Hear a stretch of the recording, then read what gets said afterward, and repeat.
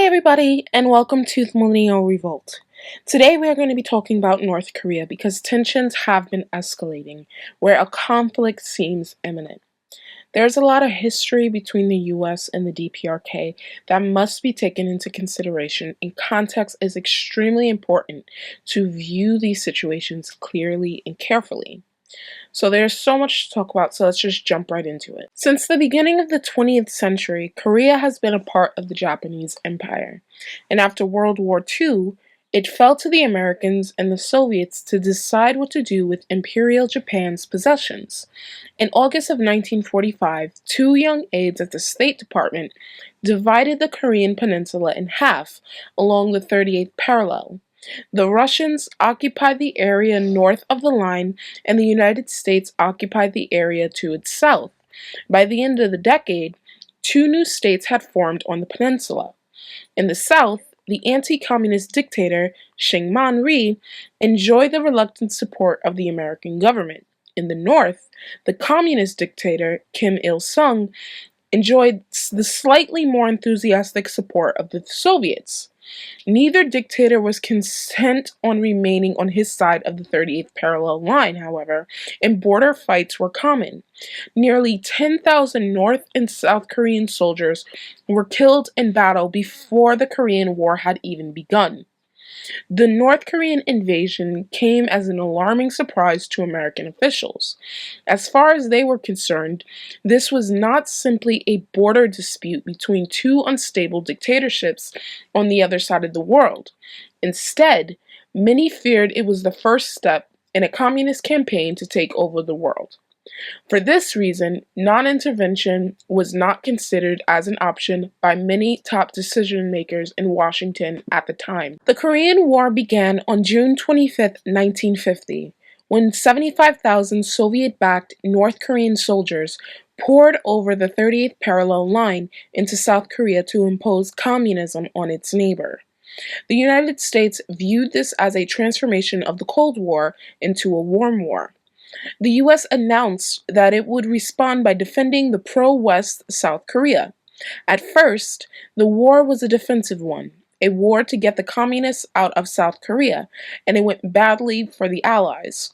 The North Korean army was well-disciplined, well-trained, and well-equipped. Rhee's forces, by contrast, were frightened, confused, and seemed inclined to flee the battlefield at any provocation.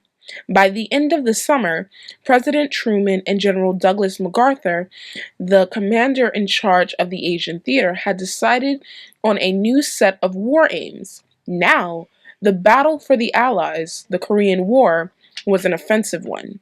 It was a war to liberate the North from the communists. Initially, this new strategy was a success. An amphibious assault at the Incheon pushed the North Koreans out of Seoul and back to their side of the 38th parallel line. But as American troops crossed the boundary and headed north towards the Yalu River, the border between North Korea and Communist China, the Chinese started to worry about protecting themselves from what they called armed aggression against Chinese territory. Chinese leader Mao Zedong sent troops to North Korea and warned the United States to keep away from the Yalu boundary unless it wanted a full-scale war. President Truman and his advisors decidedly did not want a wider war, as they feared this would spill over into Europe. And with the development of atomic weapons, they feared millions of senseless deaths would happen. But to General MacArthur, however, anything short of a wider war represented appeasement, an unacceptable knuckling under the communists. Now, as President Truman looked for a way to prevent war with the Chinese, MacArthur did all he could to provoke it. Finally, in March of 1951, he sent a letter to Joseph Martin, a House Republican leader, who shared MacArthur's support for declaring all-out war on China, and who could be counted upon to leak this letter to the press. There is, MacArthur wrote, no substitute for victory against international communism. For Truman, this letter was the last straw, and on April 11th, the president fired the general for insubordination. In July of 1951, President Truman and his new military commanders started peace talks at Panmunjom and continued in 1952. Still, the fighting continued along the 38th parallel as negotiations had stalled.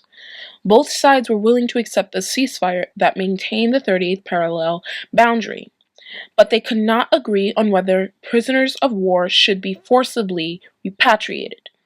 The Chinese and the North Koreans said yes, but the United States said no. Finally, after more than 2 years of negotiations, they signed an armistice on July 27th of 1953. The agreement allowed the prisoners of war to stay where they liked, drew a new boundary near the 38th parallel line that gave South Korea an extra 1,500 square miles of territory, and created a 2-mile wide demilitarized zone that still exists today. The Korean War was relatively short, but exceptionally bloody. Nearly 5 million people died.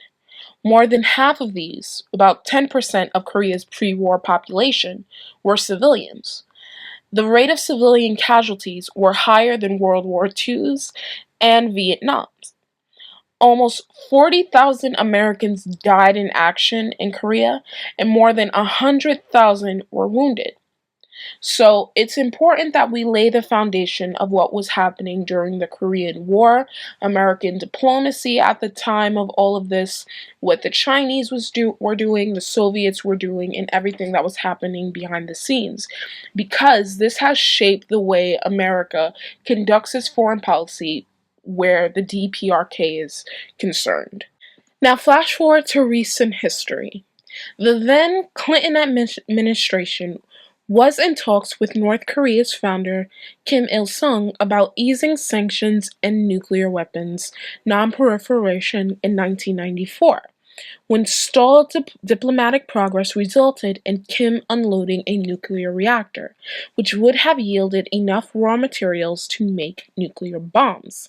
The U.S. military responded with plans to send cruise missiles and stealth fighters to strike the reactors to stop the recovery of materials.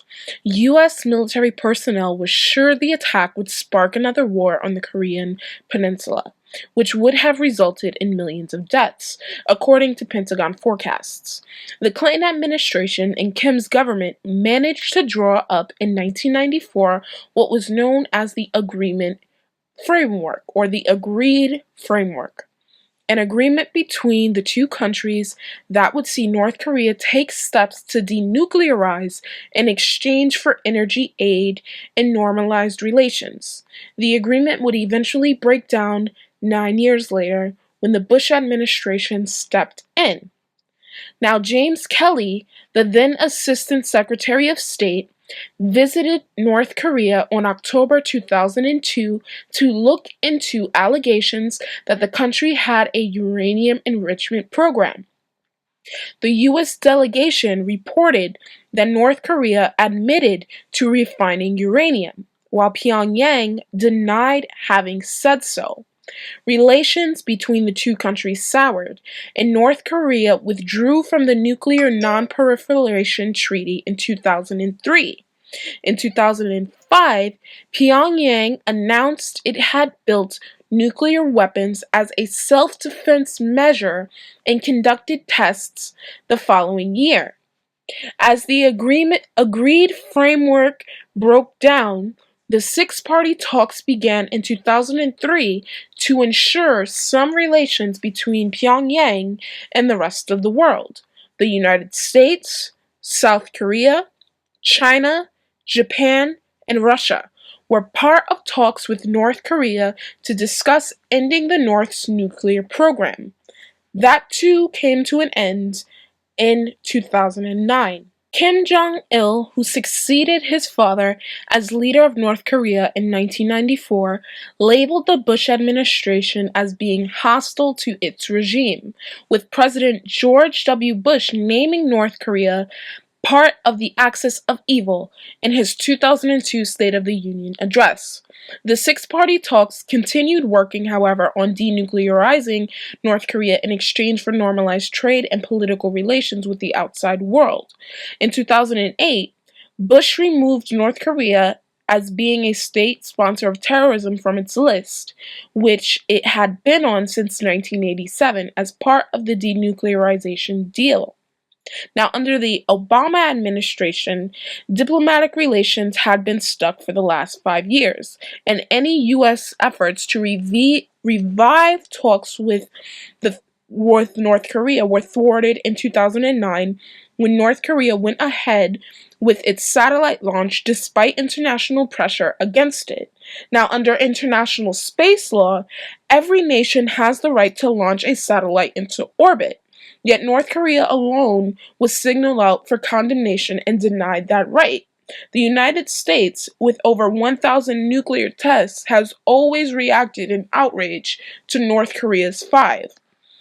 Now, why is North Korea's nuclear program regarded as an unacceptable threat, whereas other nations who have nuclear weapons are not? Why do we not see the United States imposing sanctions on Pakistan for its nuclear program, or conducting war games in the Indian Ocean, practicing the invasion of India? As the US does yearly their annual war games with South Korea, practicing to invade the North. Why do we not hear calls for regime change in Israel over its nuclear program? Instead, Pakistan is the 5th largest recipient of U.S. aid and is slated to receive $742 million this year. India receives 1/10 of that amount, and the United States recently signed an agreement with it on military cooperation. As for Israel, the United States has pledged to provide it with $38 billion in military aid over the next 10 years. What is it about nuclear weapons program that causes North Korea to be sanctioned, threatened, whereas the US warmly embraces other nations? Pakistan, India, and Israel have nuclear weapons programs that are far more advanced than North Korea's, with sizable arsenals and well-tested ballistic missiles. Pakistan calls its nuclear weapon program the Islamic bomb, okay? Now, the other major difference is that North Korea is the only one of the 4 nations facing an existential threat from the United States, therefore has the greatest need of a nuclear deterrent. There is no threat of North Korea attacking the United States, no matter how many times the Hermit Kingdom makes bombastic statements about attacking South Korea, attacking Japan, or attacking the US. It's not going to. It has yet to test a re-entry vehicle and so cannot be said to have the means of delivering a nuclear weapon. Furthermore, the nation will never have more than a small arsenal relative to the size that is owned by the US, so its nuclear weapons program can only play a deterrent role. The quote-unquote threat that North Korea's nuclear program presents is twofold. Once North Korea succeeds in complete development of its program, the United States will lose any realistic possibility of attacking it. Whether the US would choose to exercise that capability or not, it probably wants to retain that option. Now, the other aspect of the quote-unquote threat is that if the DPRK succeeds in establishing an effective nuclear weapons program, then other small nations facing U.S. hostility may feel emboldened to develop a nuclear program, thereby reducing the ability of the U.S. to impose its will on other nations. What kind of guarantees could the United States possibly give North Korea to ensure its security in exchange for disarmament? An agreement could be signed and promises could be made, but at the end of the day, it means nothing because the US never sticks to agreements that it makes with multiple countries. It deals with a forked tongue. It says one thing out of its mouth and it does another thing. Libya, should be recalled, signed a nuclear disarmament agreement with one US administration only to be bombed by the next. No verbal or written promises could provide any measure of security. Now, in Libya, the United States, along with its European allies, helped engage in regime change because they said that Muammar Gaddafi was a threat. Now you have open slave trades going on in Libya. The one-sided record of U.S. negotiators is hardly an encouragement for North Korea to disarm either. For example, shortly after the United States signed the 2005 joint agreement with North Korea, U.S. negotiator Christopher Hill sought to reassure Congress that the United States was not about to begin to normalize relations, even though that is precisely what the agreement obligated the United States to do. He told Congress that normalization of relations would be subject to resolutions of our long-standing concerns. By this, he meant that as a necessary part of the process leading to normalizations, we must discuss important issues, including human rights, biological and chemical weapons, ballistic missile programs, proliferation of conventional weapons, terrorism, and other illicit activities. Meanwhile, the United States does not hold some of its allies to the same standard that it wants to impose to the North Koreans.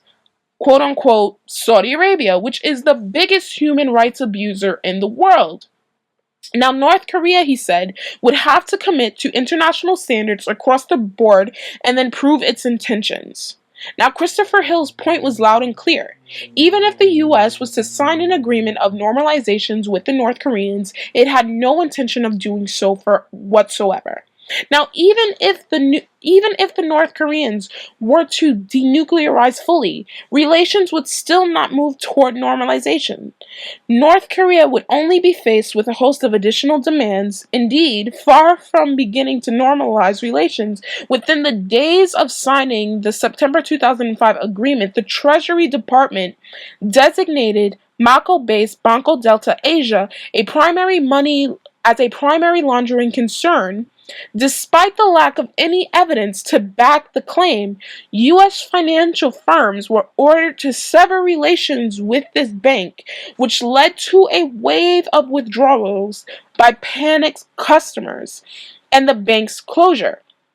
The aim of the Treasury Department was to shut off the key institutions North Korea used to conduct regular international trade. This action killed the agreement. Political analyst Tim Beale says that the construction of North Korea as an international pariah is an expression of American power rather than, as it's usually claimed, a result of infringement on international law.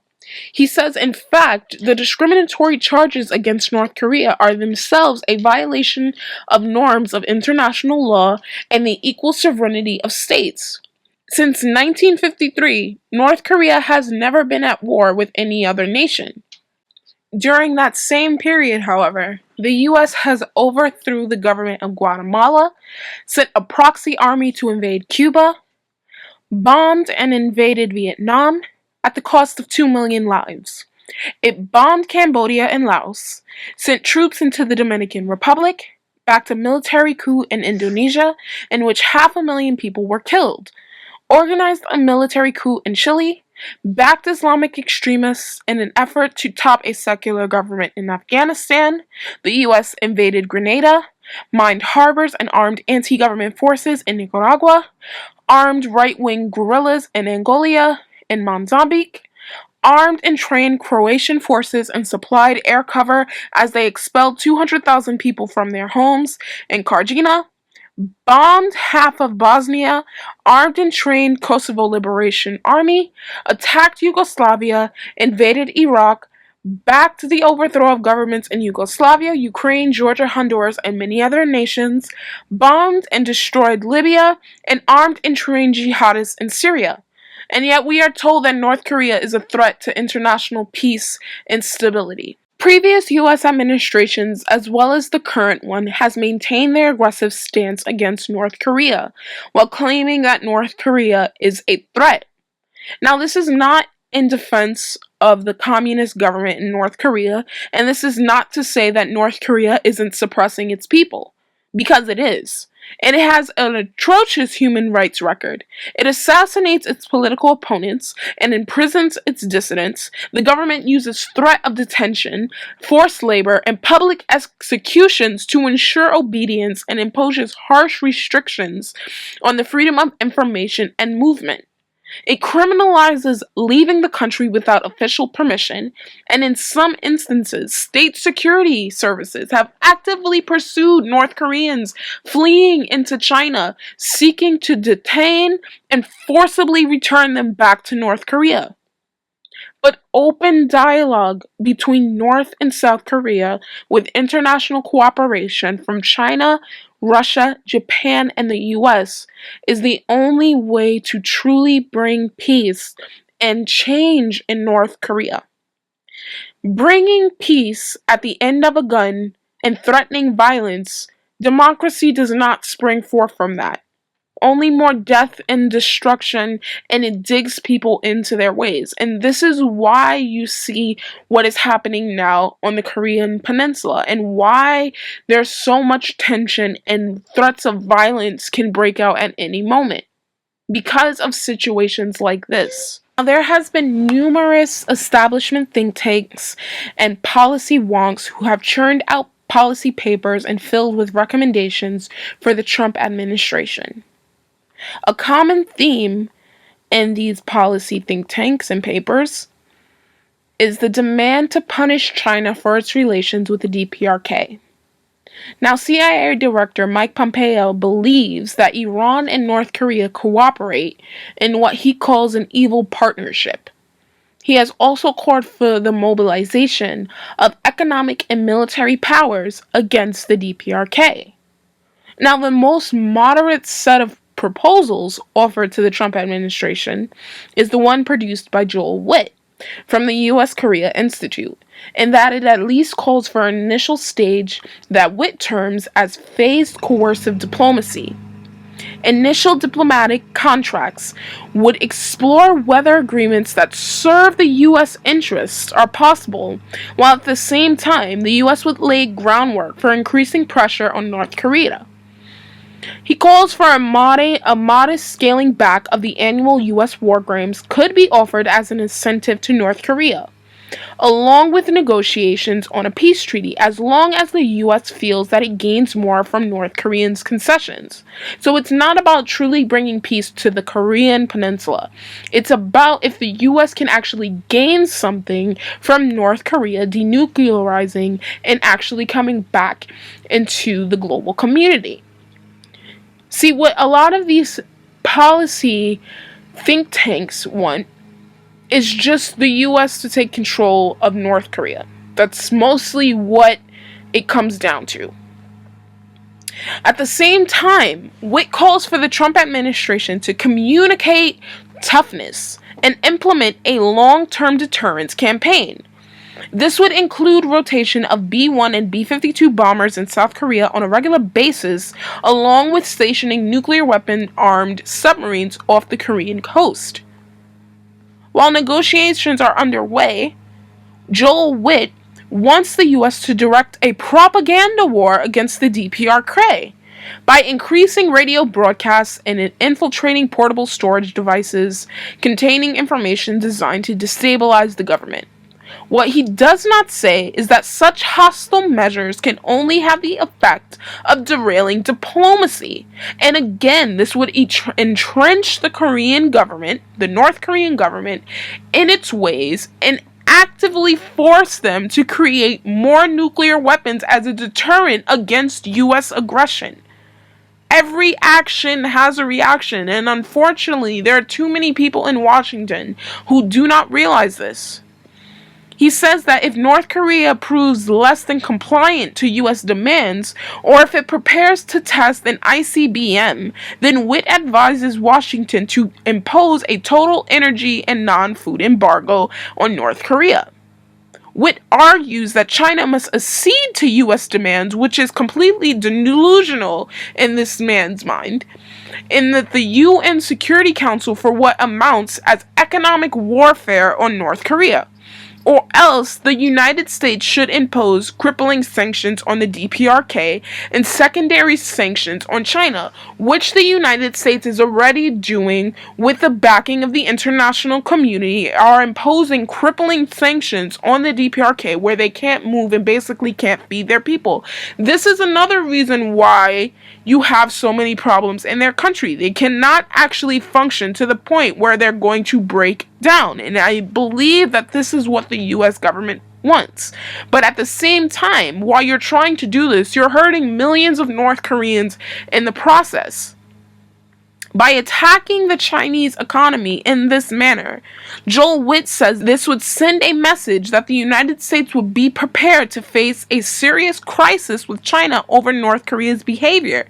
Now, the arrogance of this man is stunning.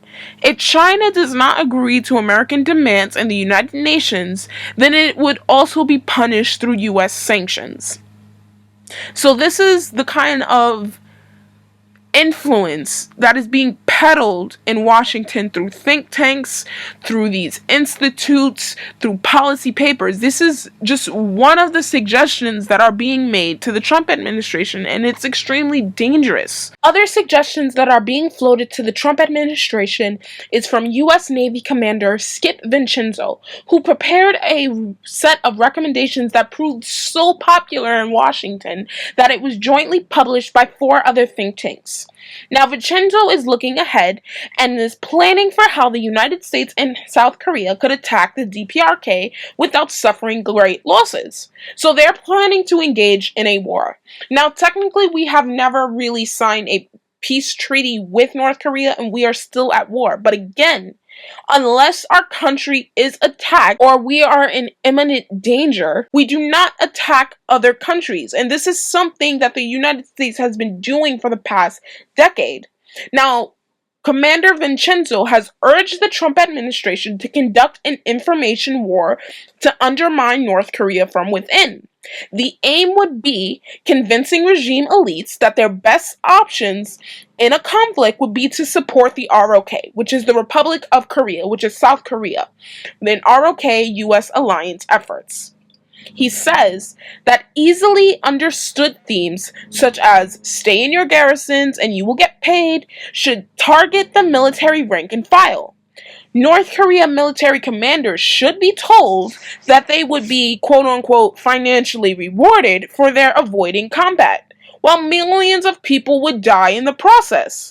Now, the objective, he says, is to get them to act independently when the time comes, with the expectations that they will benefit later, that the U.S. government would pay them for standing down and not protecting their country. Now, an interesting phrase is said in this whole paper: when the time comes.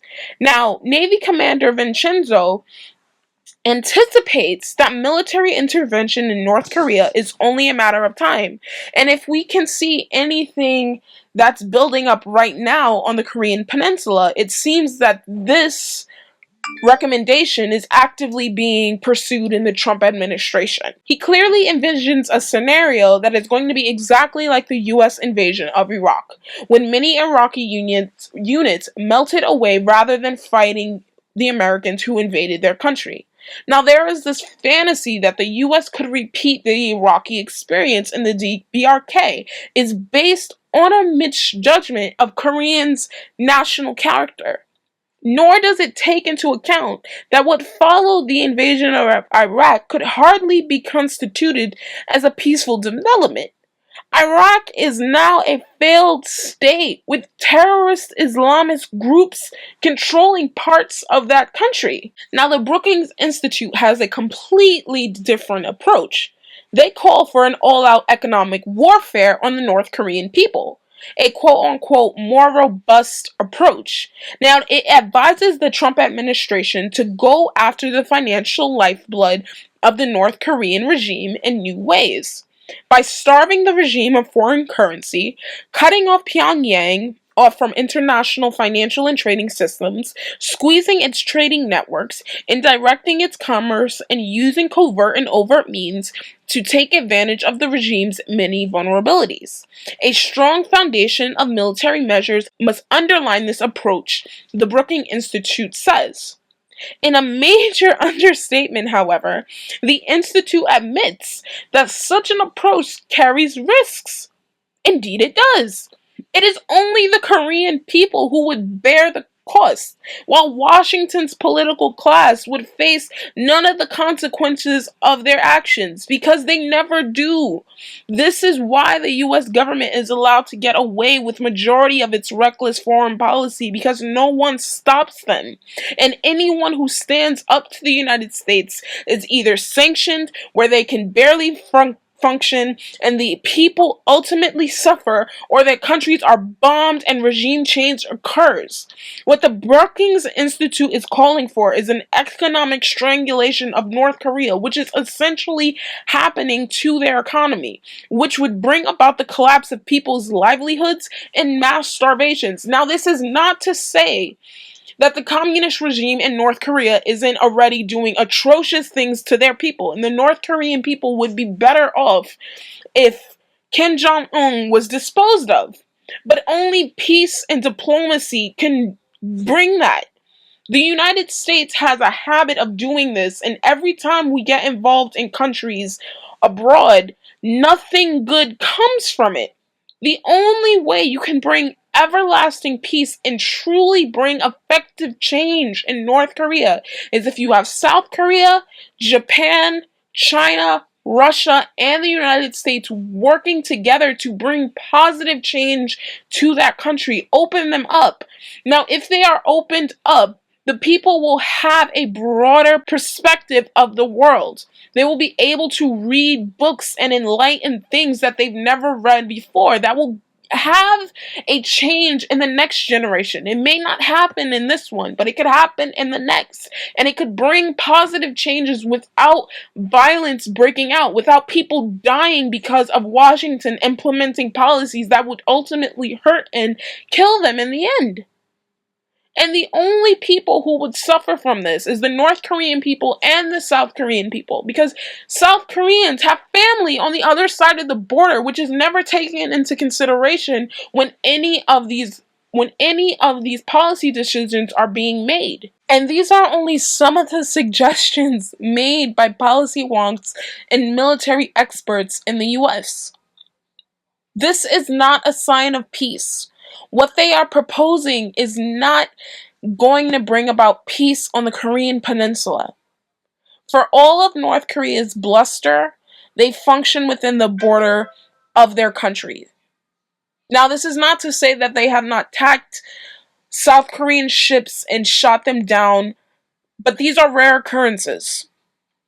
We should be working towards peace talks with North and South Korea without the threat of military action, as the South and North Koreans would have to fight and kill members of their family on the other side of the border. There is a reason why candidates running in the South Korean presidential elections are calling for more peace talks with the North, because only diplomacy can work. Only open dialogue can work. It would be much better for the North if the government of Kim Jong-il was disposed of through peaceful means. Because US military action has a track record of death and destruction wherever it goes. You cannot bring peace pointing a loaded gun at someone and expect democracy to break out. Regional players must be included to truly bring North Korea from the dark and bring stability to the Korean Peninsula. And I don't believe that true peace would serve the US interests. I'm the Millennial Revolt. Thank you guys so much for watching, and you have a wonderful day. Bye.